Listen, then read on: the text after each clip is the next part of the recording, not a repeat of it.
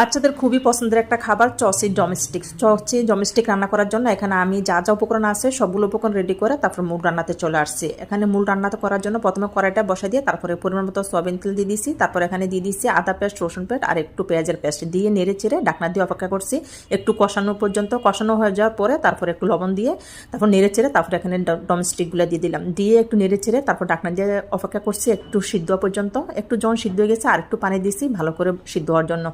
পানি দিয়ে নেড়ে চেড়ে তারপর একটু ঢাকনা দিয়ে আবার একটু অপেক্ষা করছি। অপেক্ষা করার পরে তারপরে যখন হয়ে গেছে এখানে পরিমাণ মতো মরিচি গুঁড়া, মশলা গুঁড়া, তারপর হচ্ছে লেবুর রস, তারপর হচ্ছে সয়া সস, তারপর হচ্ছে টমেটো সস দিয়ে ভালো করে নেড়ে চেড়ে দিয়ে ঢাকনা দিয়ে দিয়েছি। ঢাকনা দিয়ে তারপর অপেক্ষা করছি ফাইনালি হওয়া পর্যন্ত। যখন হয়ে গেছে তখন ঢাকনাটা উঠাইয়ে তারপর পরিমাণ মতো একটু চিনি দিয়েছি আর দিয়ে দিয়েছি গোলমরিচের ফাঁকা। গোলমরিচের ফাঁকাটা দেওয়ার পরে যখন হয়ে গেছে তখন নেড়ে চেড়ে তারপরে পানিটা শুকিয়ে গেছে। পানিটা শুকিয়ে যাওয়ার পর তারপর উঠে ফেলাম। রেডি হয়ে গেলে চচি ডোমেস্টিক। আপনার কারা কারা করেন অবশ্যই কমেন্টে